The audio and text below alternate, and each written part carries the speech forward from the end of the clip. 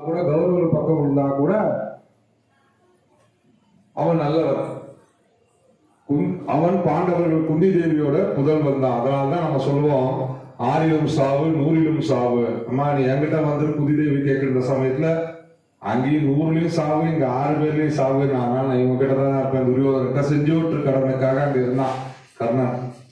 இந்த சுகர்ணோவுடைய கதையை சொல்லிட்டு இருக்க பாருங்க. சுகர்ணோவோட அப்பா கிட்ட, ஏன் நீங்க இஸ்லாமியரா இருக்கீங்க, கர்ணனுடைய பெயர் சம்பந்தப்பட்ட சுகர்ணோன்னு பெயர் வச்சிருக்கீங்களே ஏன் அப்படின்னு கேட்டார்.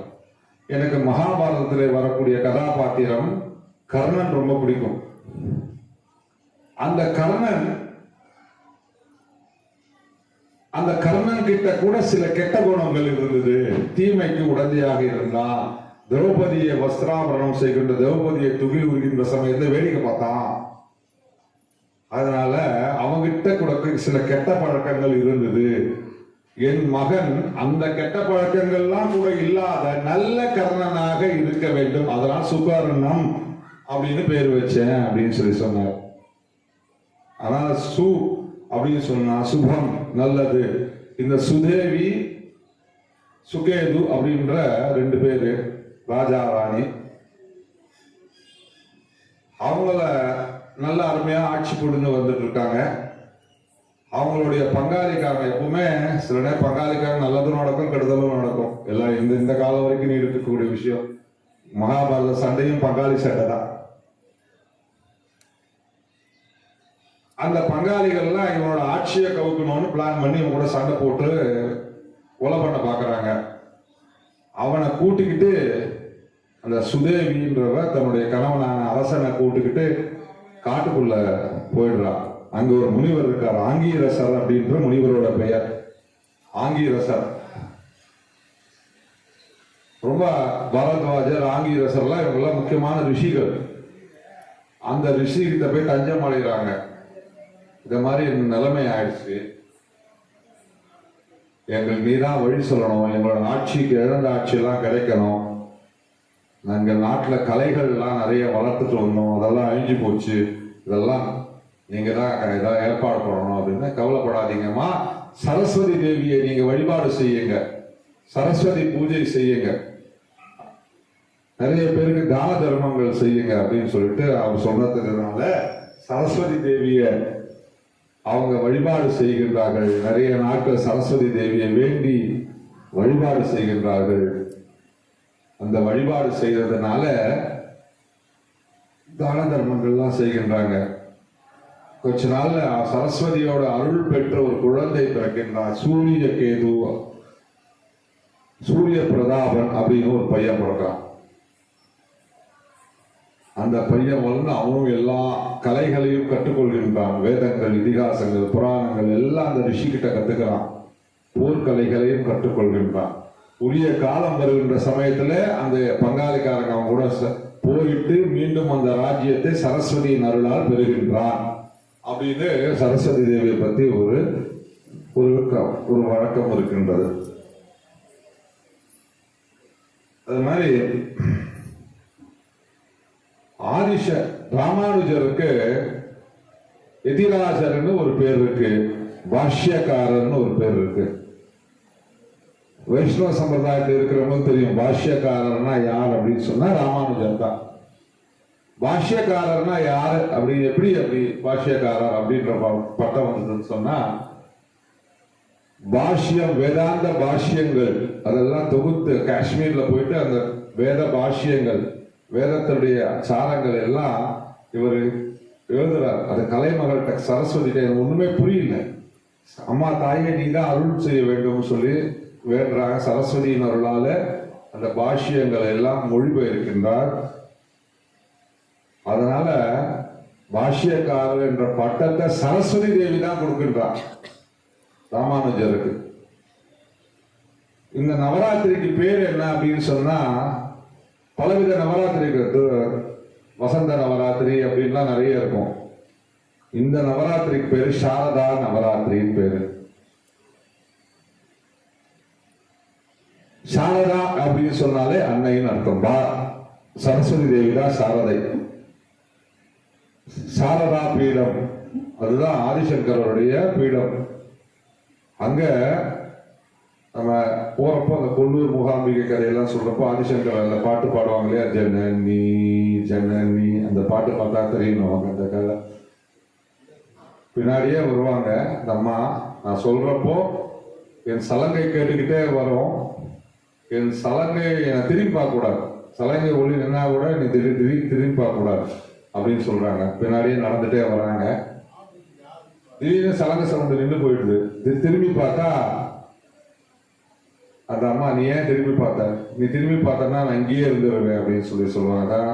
கொல்லூர் மூகாம்பிகை அப்படின்னு சொல்லுவாங்க, சாரதா பீடம் என்று சொல்லுவார்கள். இப்படி அம்பாள் பல விதமான சக்திகளாக இருக்கக்கூடிய விஷயத்துல ஒரு 16ஆம் நூற்றாண்டுல வாழ்ந்த தர்மபுர ஆதீனத்தை சேர்ந்த மடாதிபதி குரு சன்னிதானம் குமர குருபரர் அப்படின்னு பேர். குமர குருபரர் நம் தமிழ்நாட்டிலே பிறந்த ஒரு மாபெரும் ஞானி. நம்ம தர்மபுரம் ஆதீனம் நிறைய ஆதீனங்கள்லாம் இருக்கு. அந்த மாதிரி இவர் ஒரு ஆதீன கர்த்தர். தர்மபுரம் ஆதீனத்துல அவரு காசிக்கு பிரயாணம் பண்றார். அவருக்கு என்னன்னா, காசியில ஒரு மடம் அமைக்கணும். சிவபெருமான் ஆளக்கூடிய அந்த காசி கஷேத்திரத்துல தர்மபுரம் ஆதீனத்துடைய மடம் நிர்வாகம் மடத்தை அமைக்கணும் அப்படின்னு. ஆனா மொழி தெரியாது. அந்த காசி பகுதியை ஆண்டு கொண்டிருந்த இஸ்லாமிய மன்னன், ஒரு முகலாய மன்னன், அவன் சொல்றான், நீ பேசுற பாஷை எனக்கு புரியலடா, நீ பேசுற என்ன, நீ தமிழ்ல பேசுற, நீ பேசுற பாஷை எனக்கு புரியல. அவர் பேசுற பாஷை இவருக்கு புரியல. இடம் வேணும் அப்படின்னு சொல்லி கேட்கிறார். அவர்கிட்ட இவர் முன்ன பின்ன இந்த அரபிக் மொழியெல்லாம் படிச்சது கிடையாது, கேள்விப்பட்டதே கிடையாது. கலைமகள் மனசுல நினைக்கிறார், அம்மா சரஸ்வதி இவரோட மொழியை எனக்கு கற்றுக் கொடுமா அப்படின்னு கேட்கிறாரு. குமரகுரு சகலகலாவல்லி மாலைன்னு ஒரு பாட்டு பாடுறார். சகலகலாவல்லி மாலை அப்படின்னு இன்னும் கூட இருக்குது எளிய தமிழ்ல. அருமையாக அந்த சகலகலாவல்லி மாலை பாடிய உடனேயே கலைமகள் அப்படியே இவருக்கு அருள் புரிந்து அந்த மன்னன் பேசிய பாஷை என்னன்ற இவருக்கு அப்படியே சொல்லிட்டார். மன்னன் கிட்ட சரளமா பேசுறாரு. மன்னனுடைய என்ன மொழி பேசுகின்றானோ அந்த அரபிக் மொழியில, அந்த மொழியிலேயே பேசி, எனக்கு இத மாதிரி இருந்த இடத்துல காசியில எனக்கு இடம் வேண்டும், எங்களுக்கு இடம் வேண்டும் சொல்லி கேட்டு காசியில மடத்தை வாங்கி கொடுத்த பெருமை குமரகுருபரருக்கு இருக்கு. இப்படி கலைமகள் செய்தக்கூடிய எத்தனையோ விஷயங்கள் சொல்லிக்கிட்டே போலாம். குறிப்பா தமிழ்நாட்டில் அவள் செய்த அந்த கலைவாணி செய்த விஷயங்கள் புலவர்களுக்கு நாவிலே வந்து எல்லாருக்கும் அப்படியே அருள் அள்ளி கொடுத்துருக்க. அப்படியே கலைமகளை வேண்டினா போதும், நிச்சயமா அருள் கிடைக்கும். இந்த கூத்தனூர் சரஸ்வதி தேவியை பத்தி நான் சொன்னேன் இல்லையா, அங்கதான் அடிக்கடி போயிட்டு வருவாரு. யாரு? சுப்பிரமணிய பாரதியார். சின்ன வயசுல இருந்து அந்த கோவில்ல போயிட்டு வழிபாடு செய்துக்கிட்டே வருவார். அதனால்தான் அவர் புலமை பெற்றார். அதனால அந்த சுப்பிரமணியன் பாரதியார் என்ற பெயரே, பாரதி என்ற ஒரு பேரே, சரஸ்வதியோட பேர் பாரதி.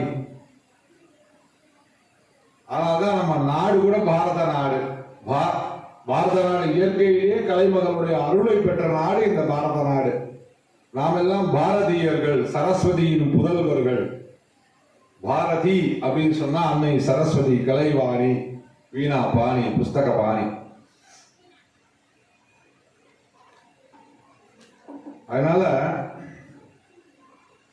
அந்த அந்த சரஸ்வதி தேவி ரொம்ப பாரதியாருக்கு அருள் புரிந்து, பாரதி நம்ம செந்தமிழ் நாடனும் போதி நிலை என்ப தேன் வந்து பாயுது காரி நிலை அப்படின்னு சொன்ன அந்த பாரதி, சுதந்திர வேட்கை கனலை அப்படியே உணர்ச்சி பொங்க ஊட்டிய அந்த பாரதி, முறுக்கு மீசை முண்டாசு கவிஞன் பாரதி, கலைவாணியின் அருள் பெற்ற ஒரு கவிஞன்.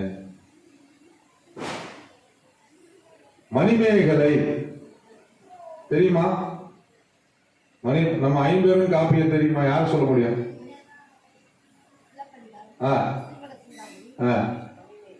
மணிமேகலை ஆ சரி, பரவாயில்லையே, இதெல்லாம் ஞாபகம் வச்சிருக்கீங்களே.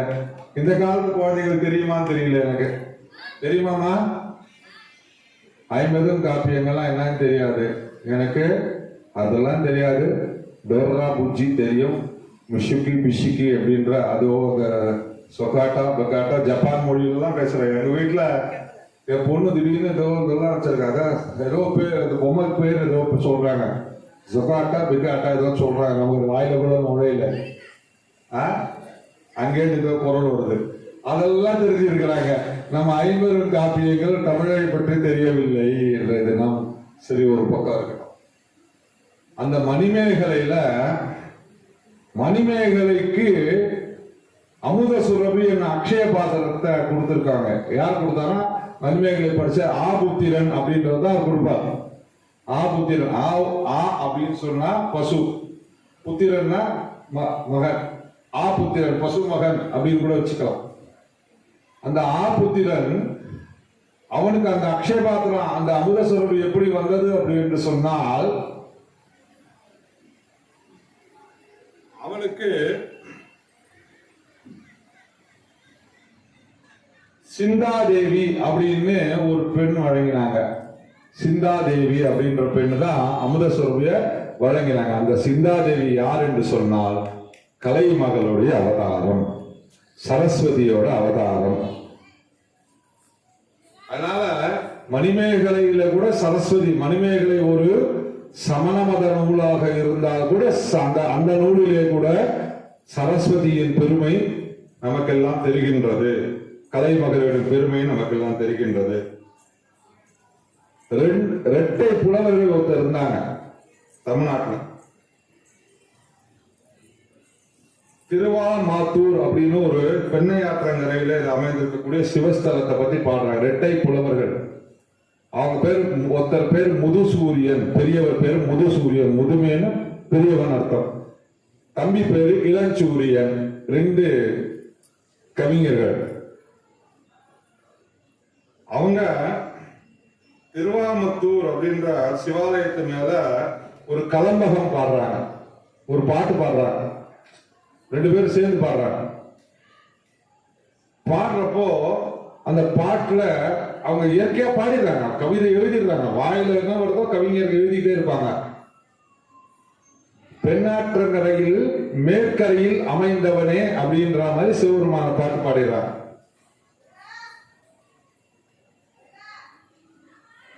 கடைசியில அந்த பாட்டர் வரிகளை பார்த்தா, அந்த புலவர்கள் சபையில் அரங்கேற்றம் செய்கின்றப்ப பார்த்தா இந்த வரி தவறாக இருக்கின்றது.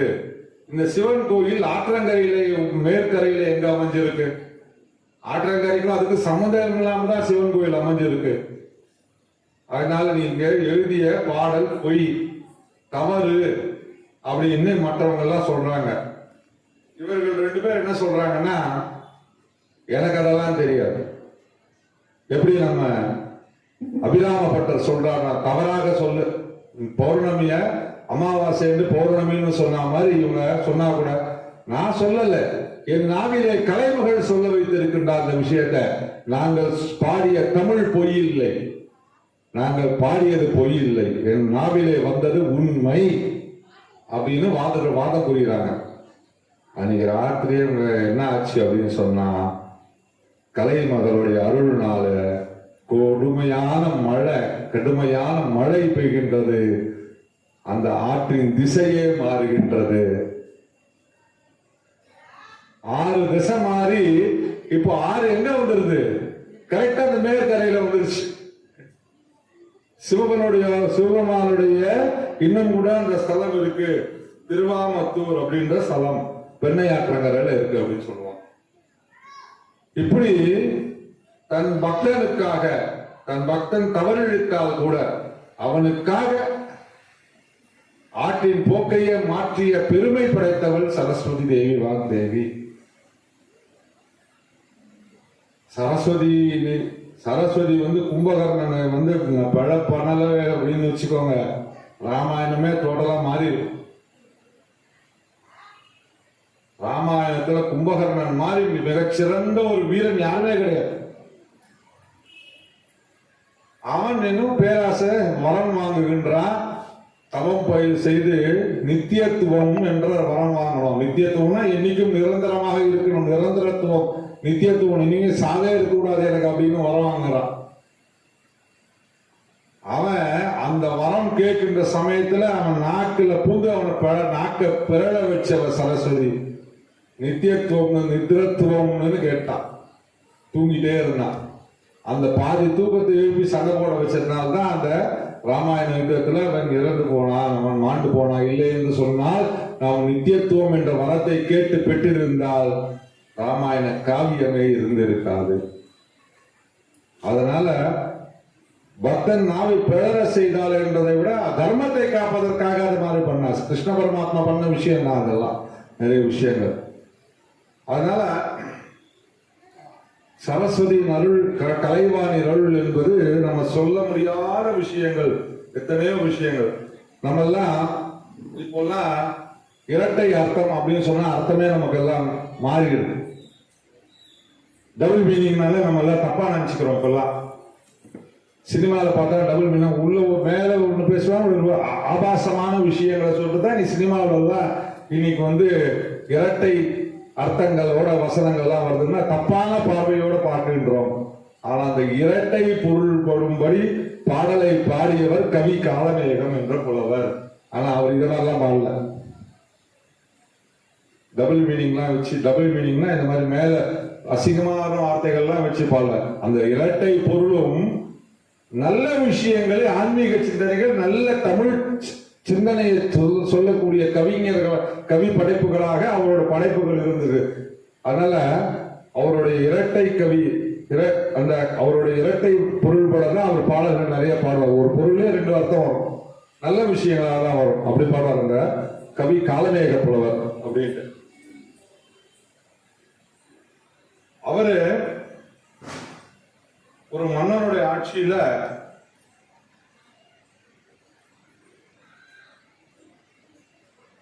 அவர் போறார்.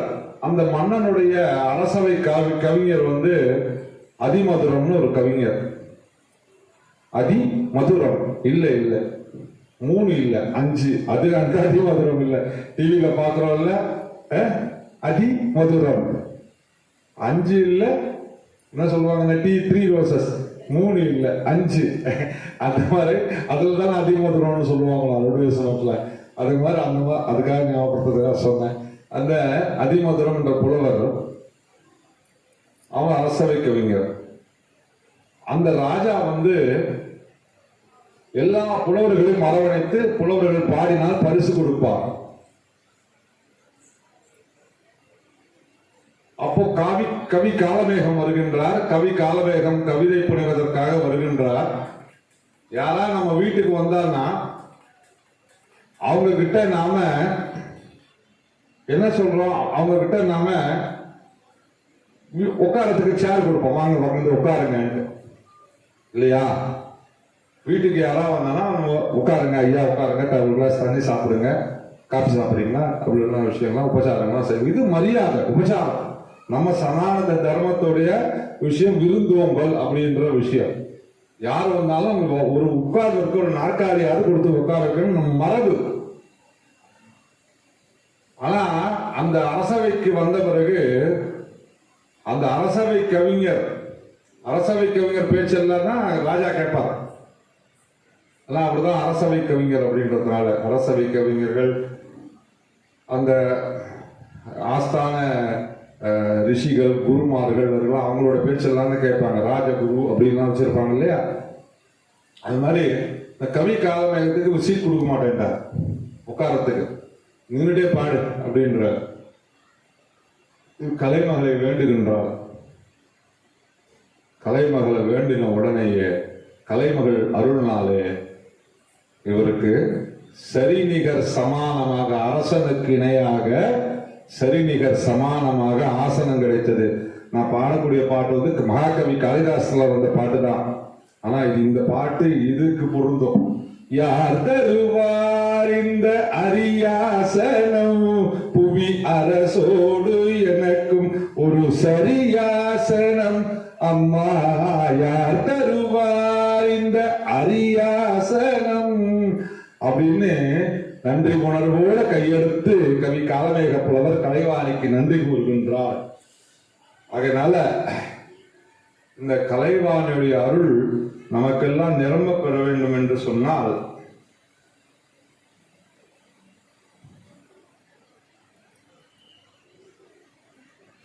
நாம நிறைய விஷயங்களை நாம கத்துக்கணும். படிப்பின் மீது கல்வி கலைகளை போற்ற வேண்டும். கலைகள் ரூபத்துல தான் இருக்கா. எந்த பாஷை சரஸ்வதியோடைய அஷ்டோத்தரத்துடைய பாஷா ரூபிணியை நமஹா அப்படின்னு ஒரு விஷயம் வருது. எல்லா மொழிகளிலும் அவள் வாசம் செய்கின்றார். தமிழா இருக்கலாம், தெலுங்கா இருக்கலாம், ஹிந்தியா இருக்கலாம், கன்னடாமா இருக்கலாம். குமரகுருவருக்கு அராபிக் மொழி கூட சொல்லிக் கொடுத்திருக்காங்க அம்மா. அதான் சொன்ன கொஞ்ச நேரத்துக்கு முன்னாடி. அதான் அனைத்து மொழிகளின் வடிவமாக இருக்கக்கூடிய கலைமகள். அதனால இந்த மொழி சிறந்தது, அந்த மொழி சிறந்தது அப்படின்ற விஷயத்தெல்லாம் நம்ம மறந்துட்டு எல்லாமே அனைத்து மொழிகளும் இறைவனுடைய மொழி, கலைமகளின் அருள் பெற்ற மொழி அப்படின்ற எண்ணம் நமக்கெல்லாம் வரணும். நாம கத்துட்டு இருக்கோம். நம்ம இந்த தமிழ்நாட்டில் பிறந்திருக்கோம், தமிழ் பேசுகின்றோம் என்ற காரணத்தினால நமக்கு உயர்ந்த மொழி தமிழ். ஆனா தமிழை நாம எந்த அளவுக்கு நம்ம காப்பாத்துக்கின்றோம் சொன்னா கேள்விக்குறி. சராசரியாக படிப்பறிவே இல்லாத ஒரு பாமர மனுஷன், பள்ளிக்கே செல்லாத ஒரு பாமர மனுஷன் தன்னுடைய இயல்பான வாழ்க்கையில ஒரு நாளைக்கு 263 ஆங்கில வார்த்தை பேசுறான். பஸ், ஸ்டாப்பு, பட்டு, ஸ்கூலு, நம்ம பேசுற வார்த்தைகள், போனு, நம்ம எத்தனை வார்த்தைகள் தமிழ ஆங்கில வார்த்தைகளாவே தான் நம்ம பேசுகின்றோம். நம்ம இயல்பா விஷயத்துல நம்மளுடைய தொலைபேசி என்ன நம்மளால சொல்ல முடியுமா தமிழ்ல? எனக்கே சொல்ல தெரியாது டக்குன்னு. 91 அப்படின்னா அப்படியே யோசிப்பேன். இங்கிலீஷ்ல 9176 டக்குன்னு வந்துடும். அப்படி பழகி நமக்குள்ள ஆங்கிலமானது உள்ளுக்குள்ள ஊறி போச்சு நிறைய விஷயங்கள். ஆனா நம்ம தமிழண்டா அப்படின்னு சொல்லி காரணம் தூட்டுகிறோம். தமிழை காப்பாற்ற வேண்டும் என்று சொன்னா பிற மொழிகள் மீது வெறுப்பு விடாமல் நாம என்ன பண்ணணும்னு சொன்னா தமிழ்ல இருக்கக்கூடிய ஆன்மீக விஷயங்களை போற்றி பாதுகாக்க வேண்டும். குழந்தைகளுக்கு கற்றுத்தரணும். தமிழ்ல இல்லாத விஷயங்கள், தமிழ்ல இல்லாத கவிஞர்கள், பாடல்கள் எதுவுமே கிடையவே கிடையாது. அத்தனை சாமிகள்லயும் இருக்கு. விநாயகர்ல நான் முதல்ல பாடின 5 கரத்தனை யானை முகத்தனை அதுல இருந்து ஆரம்பிச்சு உலகெல்லாம் உணர்ந்து ஓதற்கரியவன் எல்லாம் இருக்கு. ஆயக்கலைகள் 64 அப்படின்னு கம்பர் பாடி இருக்கின்றார். சரஸ்வதியை பத்தி பாடி இருக்கின்றார். தட்சிணாமூர்த்தியை பற்றி கல்லாலில் மரத்தில் இருந்தான் என்று பாடியிருக்காங்க. திருமுறை பதிகத்தில் இருக்கு. எல்லா கடவுள்களை பற்றி, அத்தனை கடவுள்களை பத்தி, முருகனை பத்தி இருக்கு, அம்பாளை பத்தி இருக்கு, சிவனை பத்தி இருக்கு, பெருமாளை பத்தி திவ்ய பிரபந்தம். அதுவே பல விஷயங்களை சொல்லிட்டு இருப்போம். நம்ம பெருமாள் கோவில் நம்ம சுவாமியை தூக்கிட்டு போற சமயத்தெல்லாம் பார்த்துருப்போம். எத்தனை பேர் பார்த்துருக்கீங்க பெருமாள் கோவில் ஊர்வலம் வர்றதெல்லாம்? நீங்க நம்ம ஊர் கோவில்ல வரதெல்லாம் விட்டுடுங்க. ஸ்ரீரங்கம் இந்த மாதிரி ஒரு பெரிய திவ்யதேசம் மாதிரி இருக்கக்கூடிய ஆலயங்கள் எல்லாம் பெருமாள் ஏலை பண்ணிட்டு வருவாங்க. அப்போ பார்த்தோம்னு சொன்னா முன்னாடி பல்லாண்டு பல்லாண்டு பல்லாயிரத்தாண்டு மல்லாண்ட செந்தோர் மணிவன் நான் உன் சேவடி சிப்பி திருக்கா அப்படின்னு பாடிட்டு தமிழ்ல பாடிட்டு போவாங்க. நடுவுல பெருமாள் வருவாங்க. பெருமாளுக்கு பின்னாடி வேத மந்திரங்கள், வடமொழியில இருக்கக்கூடிய வேத மந்திரங்கள் சமஸ்கிருதத்தை சொல்லிட்டு வருவாங்க. பெருமாள் கோயிலோட இயல்பான விஷயம். இதுக்கு அர்த்தம் என்ன சொன்னா, தமிழுக்கு பின்னால் பெருமாள் போகிறான், பெருமாளுக்கு பின்னால் வேதம் வருது. இப்படி பெருமாளே தமிழுக்கு பின்னாடி வரான்.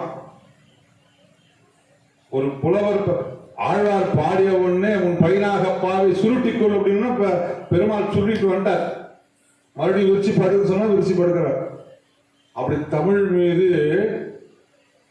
எல்லா தெய்வங்களும் தமிழ் மீது அக்கறை கொண்டவர். தமிழுக்காக பிட்டுக்கு மண் சுமந்தான். ஒரு தமிழ் புலவரை காப்பாற்ற வேண்டும் என்பதற்காக விறகு வெட்டியாக வேடமிட்டான் சிவபெருமான். ஹேமநாத புலவர்களை போட்டியிட்டு அந்த பானபத்திரரை காப்பாற்றணுன்றதுக்காக சிவபெருமான் அப்படி தமிழுக்காக இறைவர்களை இறங்கி வந்த பூமி இந்த பூமி. அருணகிரிநாத பெருமானுக்காக மயிலே கொண்டு வந்து காட்டினார் முருகப்பெருமான்.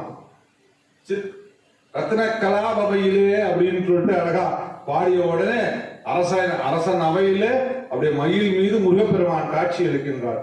இப்படிலாம் புலவர்கள் சொன்னதற்காக, அரிய மகான்கள் சொன்னதற்காக, தெய்வங்கள்லாம் தமிழுக்காக வந்திருக்க. ஆண்டாள் பாடிய 30 தப்பாமை திருப்பாவை முழுக்க தமிழ் கொட்டி கிடக்குதுங்க. தமிழ்ல எத்தனையோ விஷயங்கள், செய்யுள்கள், பாடல்கள், அத்தனை விஷயங்கள். ஆஞ்சநேய வரைக்கும் இருக்க கம்பர் அழகாக சொல்கின்றார். ஆஞ்சநேய சுவாமி பத்தி அஞ்சிலே ஒன்று பெற்றான், அஞ்சிலே ஒன்று ஆறாகி, அஞ்சிலே ஒன்று ஆறாக ஆரியர் காகியேகி, அஞ்சிலே ஒன்று பெற்று அணங்கு கண்ட எல்லா ஊரில் அஞ்சிலே ஒன்றை வைத்தா அவன் நம்ம அழைத்துக்கப்பா. அர்த்தம் தெரியுமா நமக்கு? அஞ்சிலே ஒன்று பெற்றான். அஞ்சுனா என்னது? பஞ்சபூதம். யார் பெற்றா? ஆஞ்சநேய சுவாமிய. வாயு, அஞ்சிலே ஒன்று வாயு பெற்றான். அஞ்சிலே ஒன்றை தாவி. என்ன தாவினார் ஆண்டர்? அந்த ஆஞ்சநேய சுவாமி கடலை தாடினார். கடல் என்பது நீர். அஞ்சிலே ஒன்றை தாவி. அஞ்சிலே ஒன்று ஆறாக ஆரியருக்கு ஆக ஏகி. ஆறாக அஞ்சிலே ஒன்று ஆறாக வானத்து மேல வானம். அஞ்சிலே ஒன்று பெற்று அணங்கு. பூமாதேவி பெற்றெடுத்தவள் சீதை. அணங்குன்னு சொன்னாப்ப அவளை அயலாரது ஊரிலே, யார்? இலங்கையிலே அயலான், அயல் தேசம் என்று சொல்லுவோம் அல்லவா? அயல் நாட்டிலே கண்ட அந்த அயலார் ஊரில் அங்க போய் என்ன பண்ணா? அஞ்சிலே ஒன்றை வைத்தான். நெருப்பு வச்சான். புடிச்சதா? அதனால வாயு புத்திரன் நீரை தாவினான், காட்டிலே பறந்தான். பூமாதேவி பெற்றெடுத்த பெண்ணை சீதா பிராட்டியரை சந்தித்தான். கடைசியில பாதகம் செய்தவருக்கு நெருப்பு வச்சிட்டான். இது அழகா சொல்லிட்டாரு கம்பர். அஞ்சிலே ஒன்று பெற்றான், அஞ்சிலே ஒன்றை தாவி, அஞ்சிலே ஒன்று ஆறாக ஆரியருக்காக ஏகி, அஞ்சிலே ஒன்று பெற்று அணங்கு கண்ட எலாவில் அஞ்சிலே ஒன்றை வைத்தான், அவன் நம்மை அழைத்து காப்பான் அப்படின்ட்டு. இதை விட என்னங்க வேணும்? இதை விட என்ன வேணும்? இதெல்லாம் சொன்னா நமக்கு நல்லது. சகலகலா வெள்ளி மாலையா அவரே சொல்ற குமார ஒருவர், உனக்கு நான் தெரிவதற்காக பாடினேன் என்று சொல்லல. இத மற்றவங்க பாராயணம் செய்தா கூட அவங்களுக்கு நல்லது கிடைக்கும். இன்னும் கூட நம்ம நம்புறோம். என்னன்னு சொன்னா, ஆதிசங்கரர் பாடினார்ல நெல்லிக்கணிக்கை கொடுப்பதற்காக, அதே மாதிரி நம்ம அந்த பாட்டு பாடினா நமக்கு எல்லாம் கூட வரும், ஐஸ்வர்யம் வரும் அப்படின்ற நம்பிக்கை இருக்கு. கந்தசஷ்டி கவசம் என்று சொன்னால் நம்ம உடம்புல இருக்கிற வியாதிகள் எல்லாம் பறந்து போகும், நம்ம வேல் காக்கும் என்ற நம்பிக்கை நமக்கு எல்லாம் இன்று இருக்கின்றது. உடம்புல இருக்க அத்தனை பாகங்களையும் காக்க வேண்டும். இதை கிண்டல் பண்றாங்க.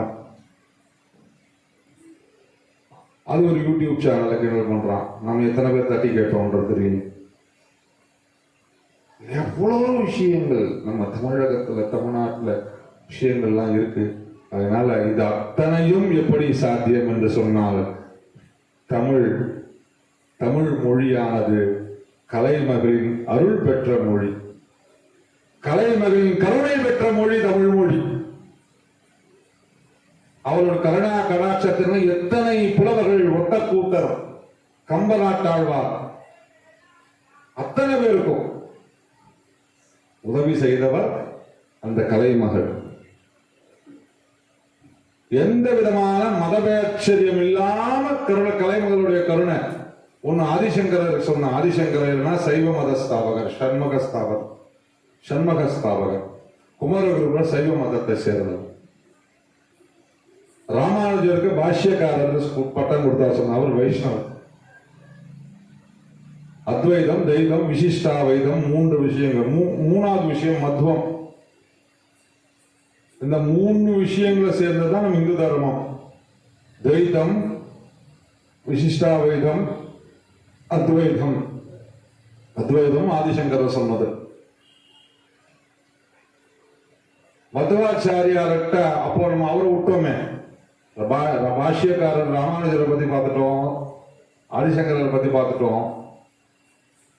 மதத்துக்கு அவர் அங்க இருக்கக்கூடிய ஞானிகளுக்கு யாராவது உதவி பண்ணியிருக்காருன்னா பண்ணியிருக்கிறார். சரஸ்வதி தேவி பண்ணியிருக்காங்க. யாருக்குன்னு சொன்னா ராகவேந்திர சுவாமி. ராகவேந்திர சுவாமி குரு சுசீந்திரர் அவர் நீ அவர் கல்யாணம் ஆனவர் ராகவேந்திரர். கல்யாணம் ஆகி ஒரு பையன் இருக்கிறான், எல்லாம் இருக்காங்க. இவரோட அபாரமான ஞான ஆற்றலை பார்த்தா நீ கும்பகோணத்துல இருக்க சுவாமி என்கிட்ட வந்துரு, நீ சன்னியாசம் வாங்கிக்கோ அப்படின்னு சொல்றாரு. வீடு வறுமையில் இருக்குன்ற, சோத்துக்கு வழி இல்லை, பிக்ஷை எடுக்கக்கூடிய நிலைமை இருந்தாலும் குரு சொல்லிட்டாரே சன்னியாசம் வாங்கி கொள்ளுது எப்படி அப்படின்னு சொல்லிட்டு அப்படின்னு யோசனை பண்றார். குளத்துல போயிட்டு பிரார்த்தனை பண்றான், அம்பாள் சரஸ்வதியை பிரார்த்தனை பண்றான். ராகவேந்திர சுவாமி, அம்மா எனக்கு ஒண்ணுமே புரியல, நான் இத்தனை நாள் நான் குடும்பத்துக்கு விட்டுட்டு நான் போயிடுறேன், குடும்பத்தை விட்டுட்டு நான் போயிடுறேன் அப்படின்னு சொல்ல முடியல. குடும்பம் என்னை நம்பி இருக்கின்றது, அதனால் நான் ஒரு முடிவு பண்ணிட்டேன், சந்நியாசம் வேண்டாம், நான் இதுவரை எழுதி இருக்கக்கூடிய ஓலைச்சுவடிகள் எல்லாத்தையும் தூக்கி போட்டுடுறேன் அப்படின்னு சொல்லிட்டு குளத்துல போய் போடுறாரு. சரஸ்வதி அப்படியே கொண்டு கொடுத்துடுறார்.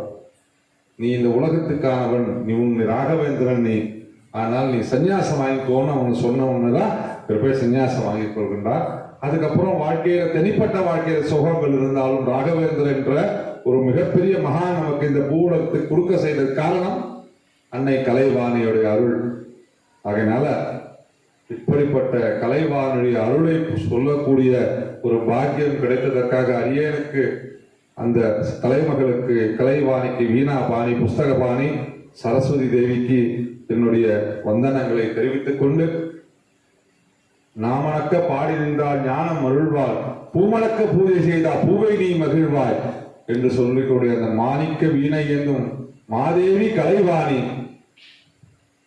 அந்த கலைவாணியுடைய அருள் நமக்கு எல்லாம் கிடைக்க வேண்டும் என்று சொன்னால் நாம் நம்முடைய கடமைகளை ஒழுங்காக செய்த குழந்தைங்க ஒழுங்கா படிக்கணும், பள்ளிக்கு செல்லக்கூடிய குழந்தைகள் நன்றாக படிக்கணும், பெண்கள் எல்லாம் அவங்க கடமைகளோட தினசரி சௌந்தர்யலகை நம்ம இங்கெல்லாம் நம்ம லலிதா சகஸ்ரநாமங்கள்லாம் அது கூட கலைமகள் அருள்படுத்தாதான் அவ்வளோ அழகமாக சரளமாக சொல்ல முடியும் சில விஷயங்கள். அதனால் அத்தனை விஷயங்கள் அந்த கலைமகள் நாவிலே இருப்பதன் காரணமாகத்தான் நம்ம ஆலயத்தில் கூட வேம்புலியம்மனுடைய ஆலயத்தில் வீணை இசை வகுப்பு, அவருடைய அருள்நாளே வீணை இசை வகுப்பு நடந்து கொண்டிருக்கின்றது நம்ம ஆலயத்திலே. அவருடைய அருள்நாளே கலாவாணி கலைகள் இங்கே கற்றுக் கொடுக்கப்படுகின்றது, மிருதகம் கற்றுக் கொடுக்கப்படுகின்றது. அவள் அருள்நாளே இசை இங்கே கற்றுக் கொடுக்கப்படுகின்றது. அவள் அருள்நாளே தான் அத்தனை நிகழ்ச்சிகளும் வேம்புலியம்மன் ஆலயத்திலே நடந்து கொண்டிருக்கின்றது. நிச்சயமாக சரஸ்வதி தேவி கருணை நமது ஆலயத்திலே இருப்பதனால், வேம்புலியம்மன் ஆலயத்திலே சரஸ்வதியின் கருணா கடாட்சம் இருப்பதனால் தான் மற்ற ஆலயங்களில் நடக்காத பல விஷயங்கள் நம்ம ஆலயத்தில் நடந்து கொண்டிருக்கின்றது. அதற்கு காரணம் கலைமகளின் கருணை கருணை கருணை என்று சொல்லி வாய்ப்பதற்கு நன்றி கூறி விடைபெறுகிறேன். நன்றி, வணக்கம். சரஸ்வதி தேவிக்கு ஜெய். உண்மையில நான் என்ன பேசுறதுன்னு